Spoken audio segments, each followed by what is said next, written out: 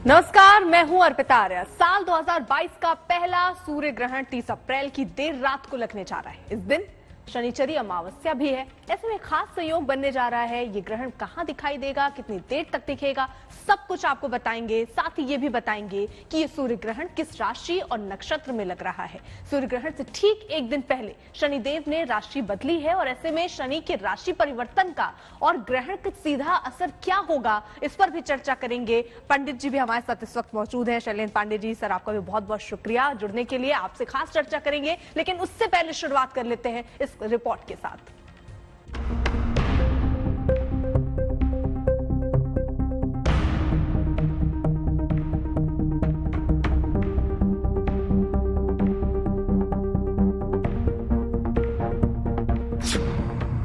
साल 2022 का पहला सूर्य ग्रहण। शनिचरी अमावस्या पर होगा ग्रहण का साया। 30 अप्रैल की रात लगेगा खंडग्रास सूर्य ग्रहण। साल 2022 का पहला सूर्य ग्रहण 30 अप्रैल की रात को लगने जा रही है। संयोग की बात यह है, वैशाख मास की शनिचरी अमावस्या भी इसी दिन है। ठीक एक दिन पहले 29 अप्रैल को शनिदेव ने राशि परिवर्तन किया है। शनि मकर राशि से निकलकर कुंभ राशि में आए हैं और अगले ही दिन सूर्य ग्रहण आ गया। शनि को सूर्य का पुत्र माना जाता है। दोनों के बीच गहरा संबंध होने के बाद भी शत्रुता का भाव रहता है, इसीलिए इस ग्रहण को विशेष माना जा रहा है। आखिर यह सूर्य ग्रहण आम जनमानस, भारत और दुनिया पर क्या असर डालेगा?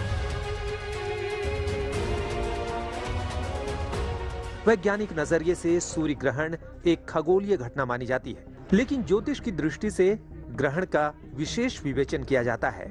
सूर्य ग्रहण मनुष्य, जीव जंतु और प्रकृति सभी को अलग अलग तरीके से प्रभावित करता है। हर राशि पर अलग असर डालता है। साल 2022 का पहला सूर्य ग्रहण 30 अप्रैल को देर रात 12:15 बजे से 1 मई की सुबह 4:07 तक रहेगा। ये खंडग्रास सूर्य ग्रहण मेष राशि और भरणी नक्षत्र में लग रहा है।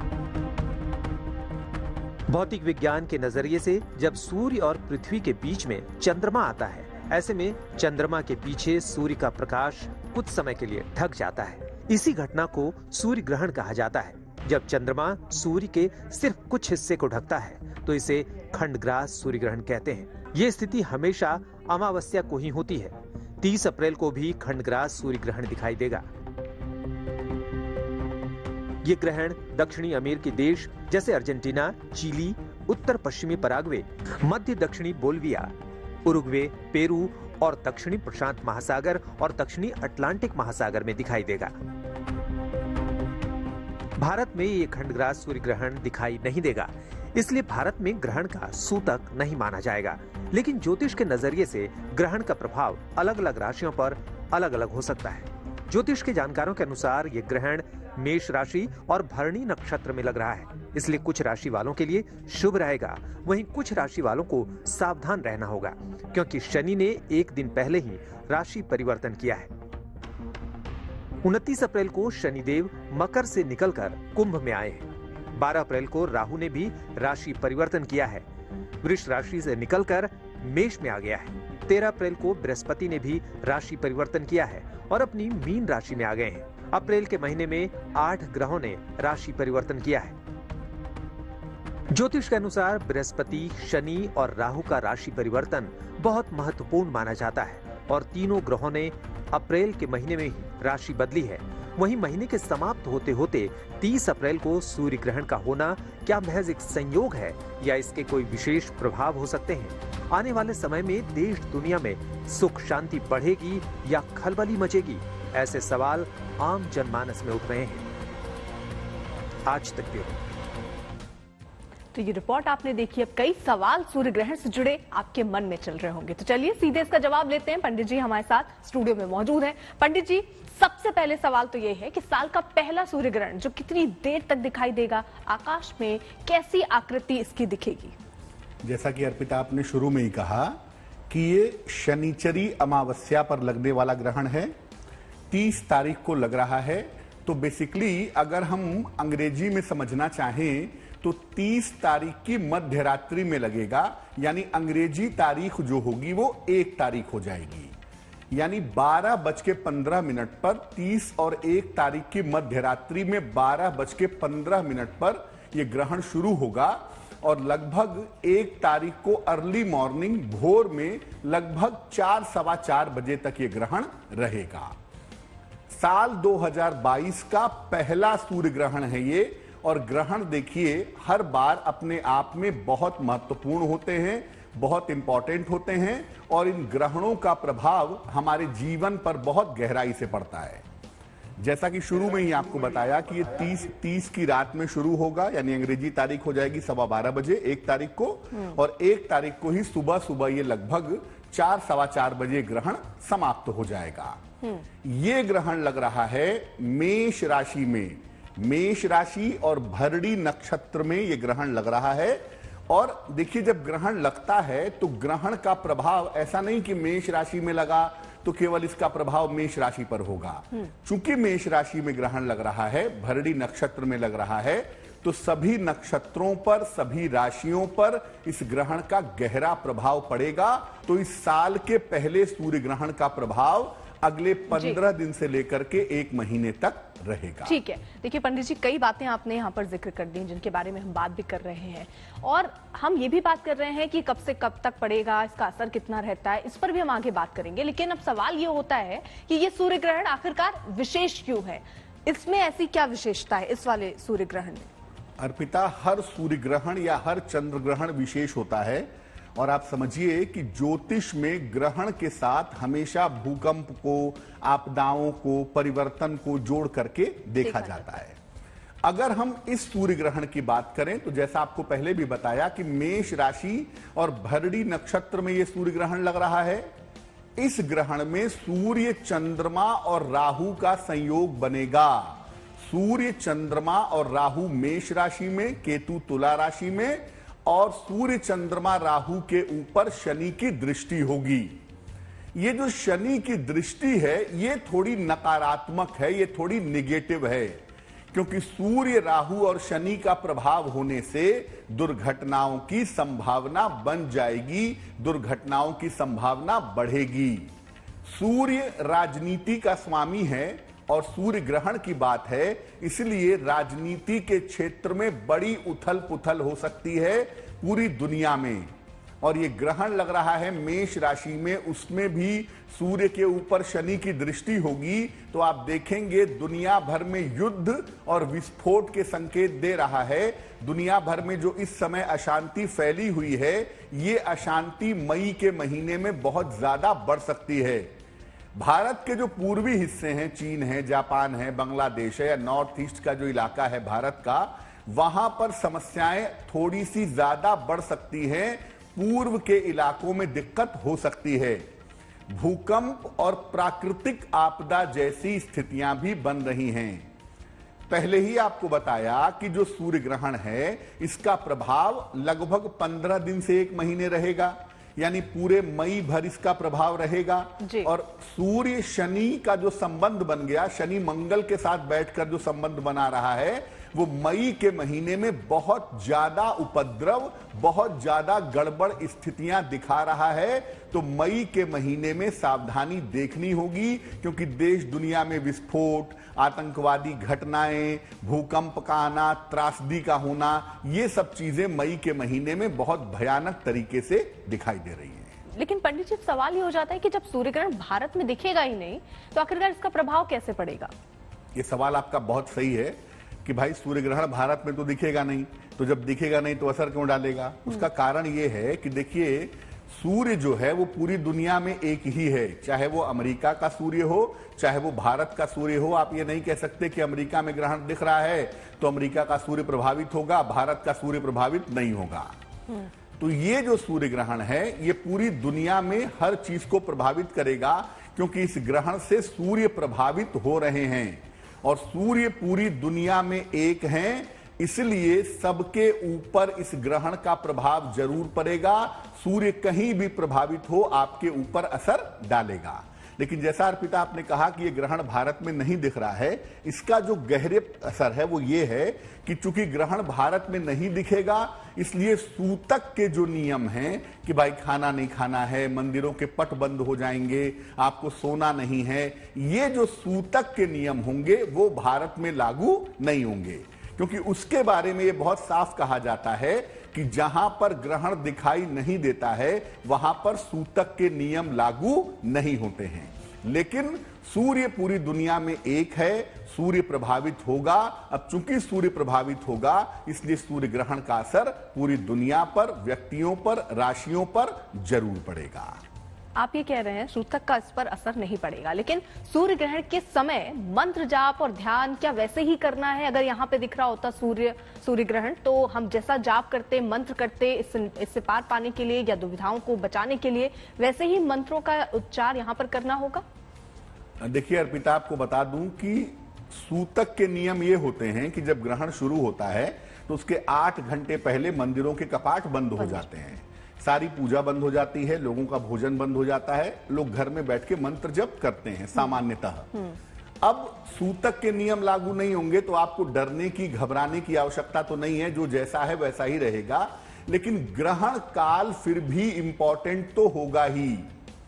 ग्रहण के दौरान जप करना और ध्यान करना अच्छा होता है, क्योंकि यूनिवर्स में, ब्रह्मांड में तो ग्रहण है ही और वो असर डालेगा भी।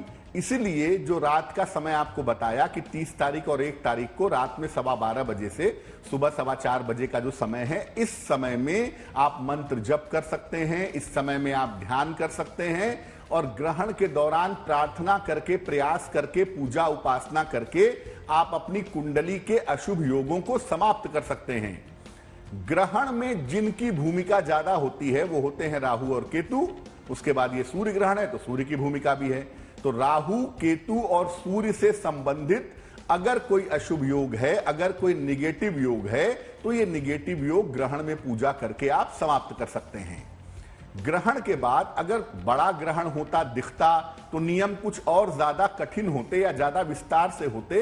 लेकिन सामान्यतः कहा यह जाता है कि जब ग्रहण समाप्त हो जाए तो पवित्र नदी के जल से या शीतल जल से आपको स्नान करना चाहिए और स्नान करने के बाद अन्न का, वस्त्र का, धन का दान करना चाहिए, या सूर्य देव से संबंधित जो चीजें हैं अगर आप उनका दान करें तो सूर्य ग्रहण के दुष्प्रभाव, निगेटिव प्रभाव आपके ऊपर बिल्कुल भी नहीं पड़ेंगे।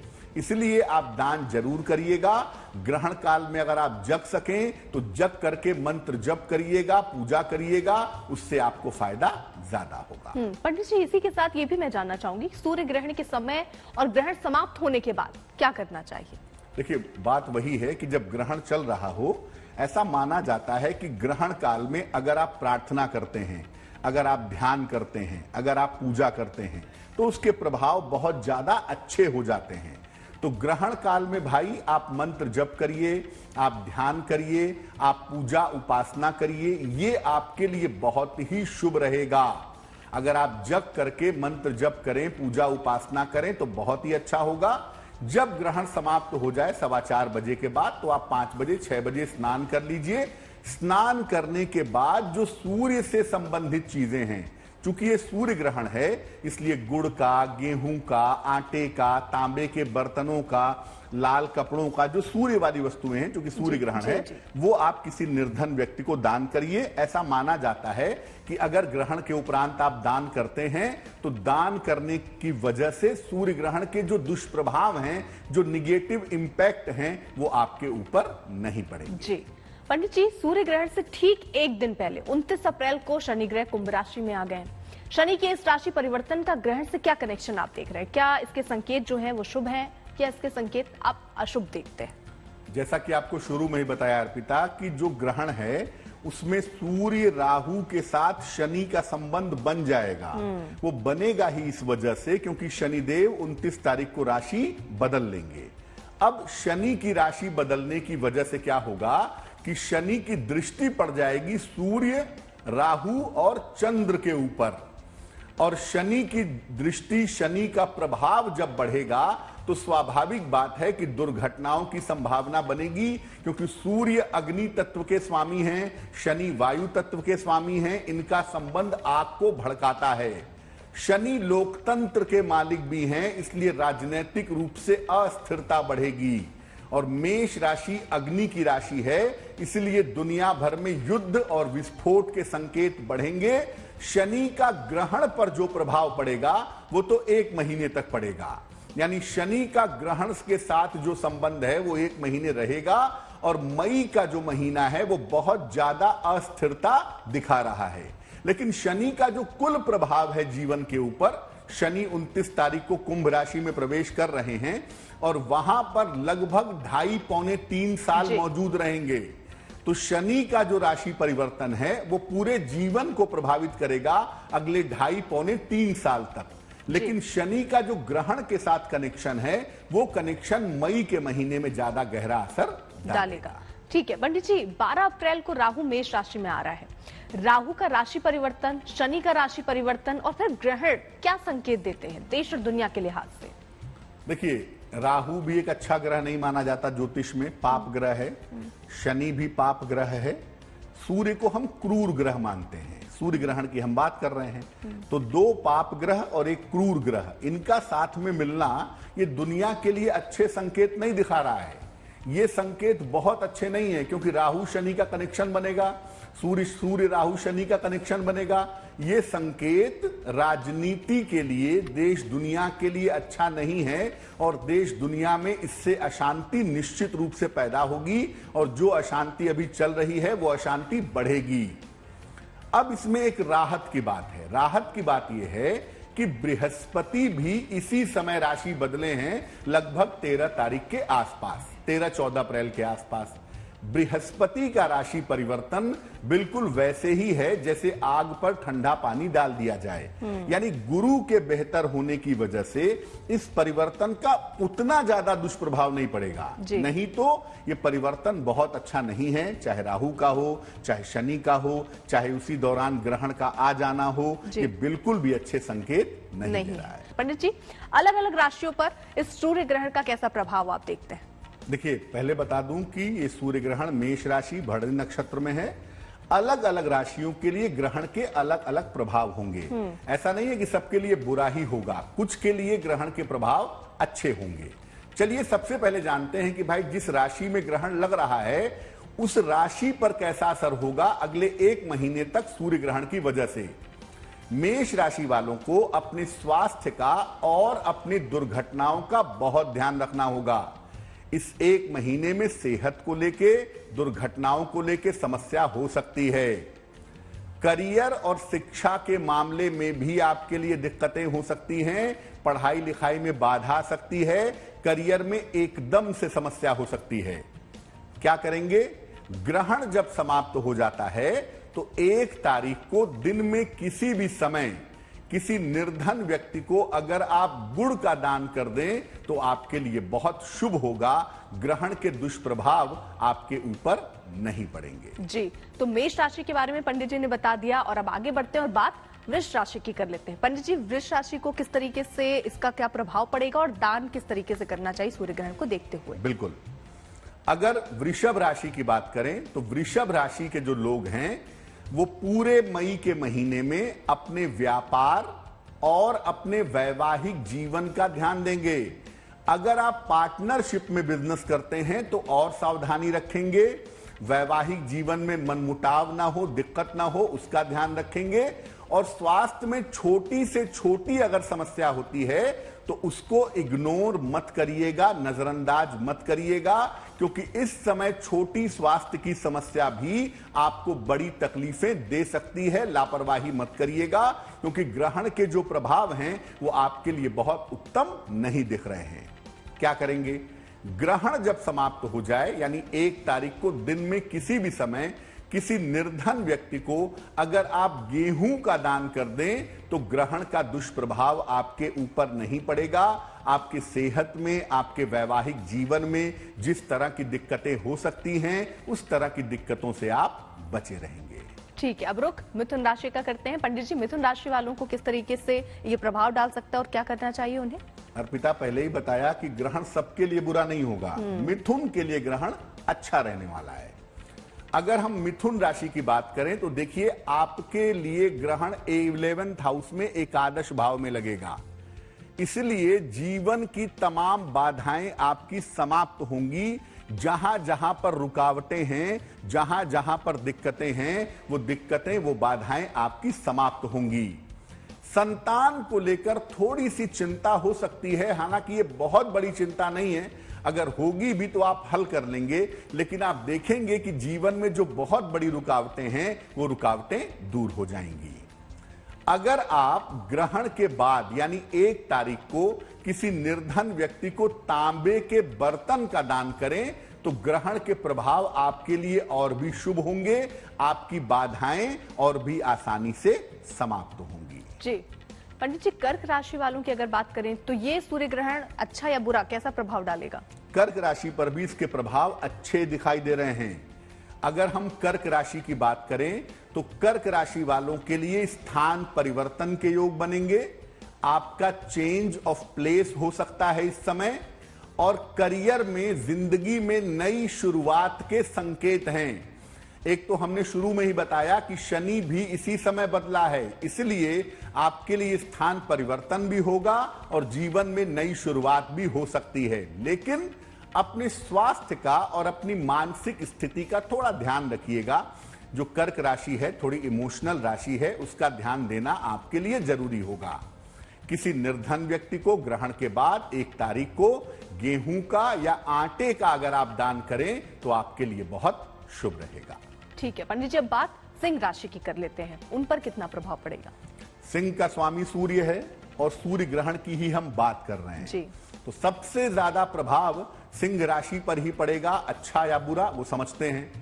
सिंह राशि वालों को व्यर्थ की चिंता हो सकती है और परिवार में बेवजह के विवाद हो सकते हैं। बेवजह की चिंता और बेवजह के विवाद आपके लिए दिखाई दे रहे हैं।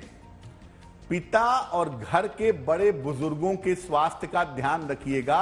आपके पिता की सेहत में या घर के जो बड़े बुजुर्ग हैं उनकी सेहत में इस 1 महीने में दिक्कत हो सकती है। क्या करेंगे? ग्रहण वाले दिन यानी 1 तारीख को दिन के समय में ग्रहण समाप्त होने के बाद किसी निर्धन व्यक्ति को अगर आप गुड़ का दान करें तो आपके लिए बहुत शुभ रहेगा। चलिए अब बात कन्या राशि की कर लेते हैं। हर राशि के हिसाब से देखिए हम आपको बता रहे हैं कि सूर्य ग्रहण आपकी राशि के हिसाब से आप पर कितना असर डाल सकता है और उससे बचने के लिए उपाय क्या करना चाहिए, कैसे दान करना चाहिए, ये भी पंडित जी हमको बता रहे हैं। पंडित जी, कन्या राशि के बारे में बताइए। अगर कन्या राशि की बात करें तो देखिए, स्वास्थ्य की समस्या आपको परेशान कर सकती है। अष्टम भाव में यह ग्रहण लग रहा है, सेहत की दिक्कतें हो सकती हैं और बेवजह की आपको चोट चपेट लग सकती है, इसका ध्यान रखना जरूरी होगा। इस समय आकस्मिक रूप से मजबूरी में या किसी वजह से आपका चेंज ऑफ प्लेस हो सकता है, आकस्मिक स्थान परिवर्तन हो सकता है, इसका ध्यान रखिएगा। अब स्वास्थ्य को ठीक रखने के लिए, मुश्किलों से बचने के लिए आप 1 तारीख को ग्रहण के उपरांत दिन के समय में किसी निर्धन व्यक्ति को अगर लाल वस्त्र का दान करेंगे तो आपके लिए बहुत शुभ होगा। ज्यादातर जो दिक्कतें हैं आपकी वो आपके सेहत से जुड़ी हुई दिखाई देती हैं, इसलिए लाल वस्त्र का दान करने से आप इस मुश्किल से बचे रहेंगे।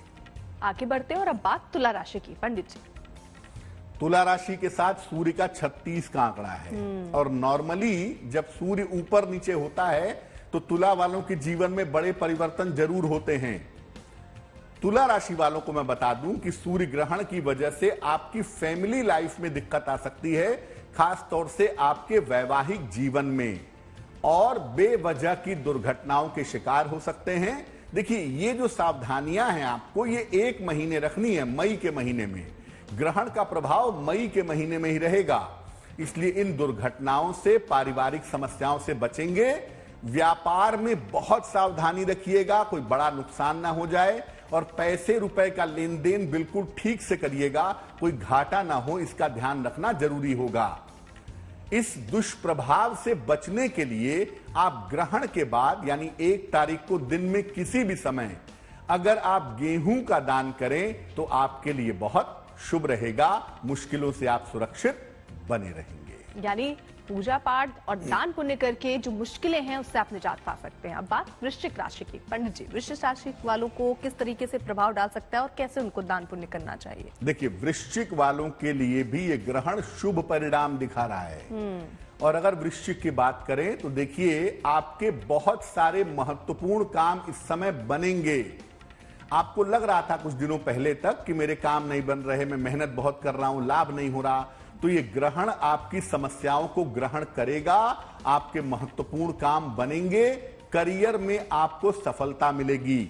और सबसे बढ़िया बात क्या है, आप स्वस्थ हो जाएंगे, रोगों से मुक्ति होगी, लेकिन साथ ही साथ आपका स्थान परिवर्तन भी इस ग्रहण के प्रभाव से हो सकता है। मई के महीने में चीजें बेहतर होंगी चेंज ऑफ प्लेस के साथ। क्या करेंगे? ग्रहण तो आपके लिए शुभ है, ये और भी शुभ हो आपके लिए। इसके लिए ग्रहण के उपरांत 1 तारीख को दिन के समय में अगर आप गुड़ का दान करें तो आपके लिए बहुत शुभ रहेगा। पंडित जी, जो स्थान परिवर्तन की आप बात कर रहे हैं, तो एक सवाल मेरे मन में, स्थान परिवर्तन क्या कंपनी बदलेगी या आवास आपका बदल सकता है? जिस शहर में रहते हैं वो शहर बदल सकता है, या जहां रहते हैं वो जगह बदल सकती है जी। करियर में परिवर्तन एक अलग बात है, उसमें कंपनी बदलेगी। अच्छा। वो संभावना अभी आगे बताएंगे किस राशि की है। ठीक है। लेकिन स्थान परिवर्तन का मतलब जहां आप रहते हैं या जिस शहर में रहते हैं वो बदल जाएगा। जी, तो चलिए अब जल्दी से बात धनु राशि की भी कर लेते हैं। पंडित जी, धनु राशि वालों के लिए किस तरीके से उनको पूजा अर्चना करनी चाहिए और दान करना चाहिए ताकि ये सूर्य ग्रहण उनके लिए भी अच्छा रहे? धनु वालों के लिए एक अच्छी खबर यह है कि शनि की 7.5 उनकी उतर गई, लेकिन ग्रहण ने अभी आपका पीछा नहीं छोड़ा है। अभी सावधानी रखिएगा, करियर में लापरवाही करने से बचिएगा। ये नहीं कि मेरी 7.5 उतर गई, सब बढ़िया हो गया तो मैं कुछ भी करूं, नहीं। मई के महीने में करियर में ऐसा कोई काम मत करिएगा जिससे आप मुश्किल में आ जाएं। करियर में लापरवाही करने से बचें। संतान पक्ष का बहुत ध्यान देंगे, संतान की सेहत का, उसके करियर का और स्वास्थ्य की समस्या का भी ध्यान देना आपके लिए जरूरी होगा। अगर आप ग्रहण वाले दिन यानी 1 तारीख को लाल वस्त्र का दान करें तो आपके लिए बहुत शुभ होगा। ग्रहण के दुष्प्रभाव आपके ऊपर नहीं पड़ेंगे। पंडित जी, एक और सवाल इससे जुड़ा हुआ है। दान की जो आप बात कह रहे हैं, कई बार जब आप बाहर, बहुत लोग ऐसे हैं जिनको कहाँ दान करें, कोई ऐसा शख्स नहीं मिलता जिसको आप दान कर सके। अगर वो उपलब्ध नहीं है सुविधा आपके पास, तो उससे बचने के लिए और क्या किया जा सकता है? दूसरा विकल्प कुछ है क्या? देखिए, दान किसको करना चाहिए? शास्त्र बहुत साफ तौर से कहता है कि या तो सदाचारी, संस्कारी और पवित्र ब्राह्मण हो। जी। सदाचारी भी हो, संस्कारी भी हो, पवित्र ब्राह्मण हो तो उसको दान करिए। ठीक है। या किसी निर्धन व्यक्ति को, जरूरतमंद व्यक्ति को दान करिए। ठीक। या अगर खाने पीने की चीज है, जैसे फल है, मिठाई है, तो वो आप गाय को भी खिला सकते हैं। या मैं यही कहूंगा कि जो निर्धन व्यक्ति है, जरूरतमंद व्यक्ति है, उसी को दान करना सर्वोत्तम होता है। और दान का विकल्प देखिए, ये हो सकता है कि अगर आपको उस समय आदमी नहीं मिल रहा है तो आप सामान को लेकर के अपने पास रख लें और बाद में जब कोई आपको योग्य व्यक्ति मिले तो आप दान कर दें। लेकिन दान आपको पहले से निकाल करके उसी दिन रख लेना होगा। उस दिन व्यक्ति नहीं मिलता है, कोई बात नहीं, 2 दिन बाद मिलेगा तब दान करेंगे। लेकिन दान करने से क्या होता है कि ग्रहों का दुष्प्रभाव बहुत हद तक कम हो जाता है।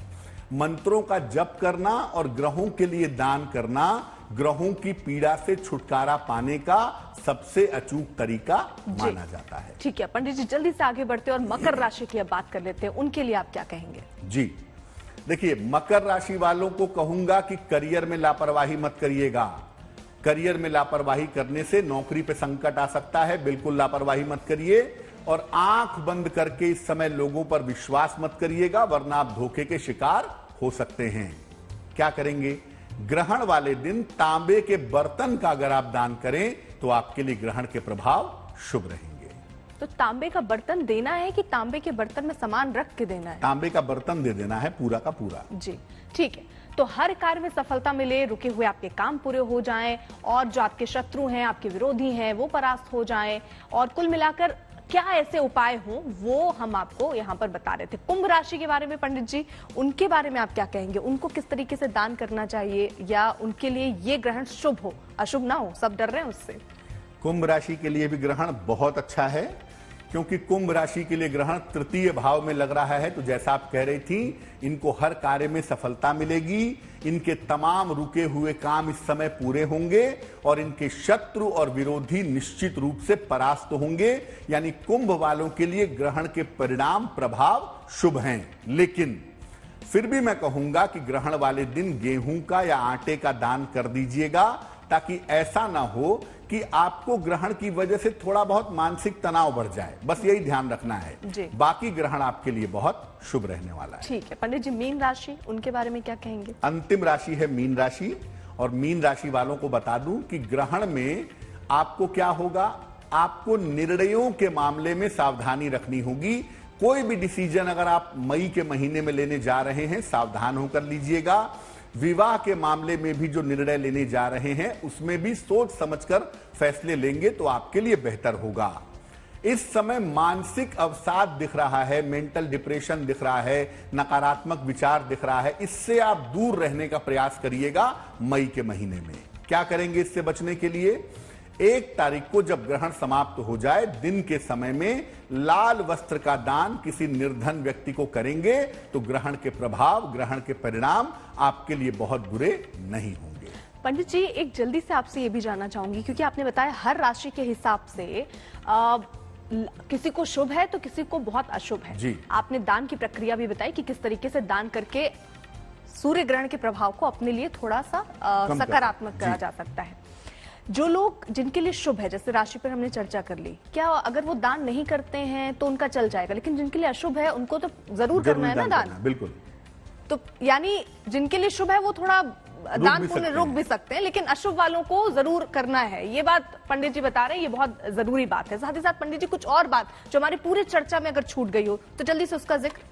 देखिए, अगर आपको आपकी राशि नहीं पता है, लग्न नहीं पता है, फिर भी सूर्य ग्रहण तो है ही, आप चाहते हैं कि सूर्य ग्रहण आपके लिए अच्छा हो, तो आप सिर्फ इतना करिएगा कि 1 तारीख को सुबह स्नान करिएगा, किसी निर्धन व्यक्ति को गेहूं का, आटे का या तांबे के बर्तन का दान कर दीजिएगा।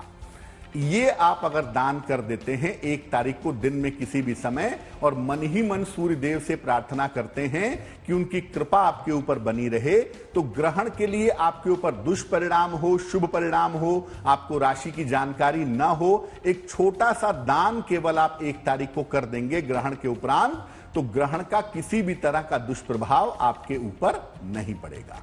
पंडित जी, क्योंकि यहाँ पर तो मध्य रात्रि जैसे आपने बताया 1 तारीख हो जाएगी यहाँ के हिसाब से, तो क्या करना चाहिए? लोग जागते रहें या सोते रहें, या ग्रहण पड़ने वाला है तो उस समय भी किसी तरीके की प्रिकॉशंस रखनी पड़ेंगी?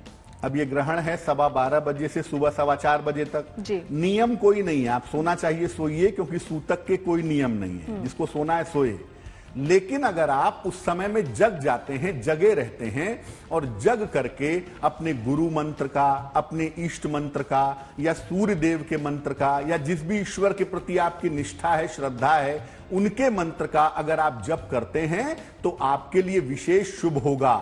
आप उस समय में ध्यान करके देखिएगा, ध्यान के प्रभाव और परिणाम आपके लिए विशेष मंगलकारी होंगे। यानी कुल मिलाकर आपको जो सूर्य ग्रहण है, मंत्रों का जाप करना है आपके लिए। जैसा पंडित जी ने हर राशि के हिसाब से आपको बताया, अगर आपकी राशि में ऐसा अशुभ संकेत दिख रहा है तो दान पुण्य जरूर कीजिएगा, और साथ ही साथ सकारात्मक रहिएगा। सकारात्मक रहने से पंडित जी सब कुछ सकारात्मक ही होता है। तो फिलहाल पंडित जी बहुत बहुत शुक्रिया, आप जुड़े, आपने विस्तार से हर राशि के बारे में हमें बताया, सूर्य ग्रहण में किस तरीके से विशेष पूजा करनी चाहिए, मंत्रों का जाप करना चाहिए और कैसे दान करना चाहिए, सब बारीकियों से आपने समझाया। बहुत बहुत शुक्रिया। फिलहाल अभी के लिए इतना ही, आप देखते रहिए आज तक।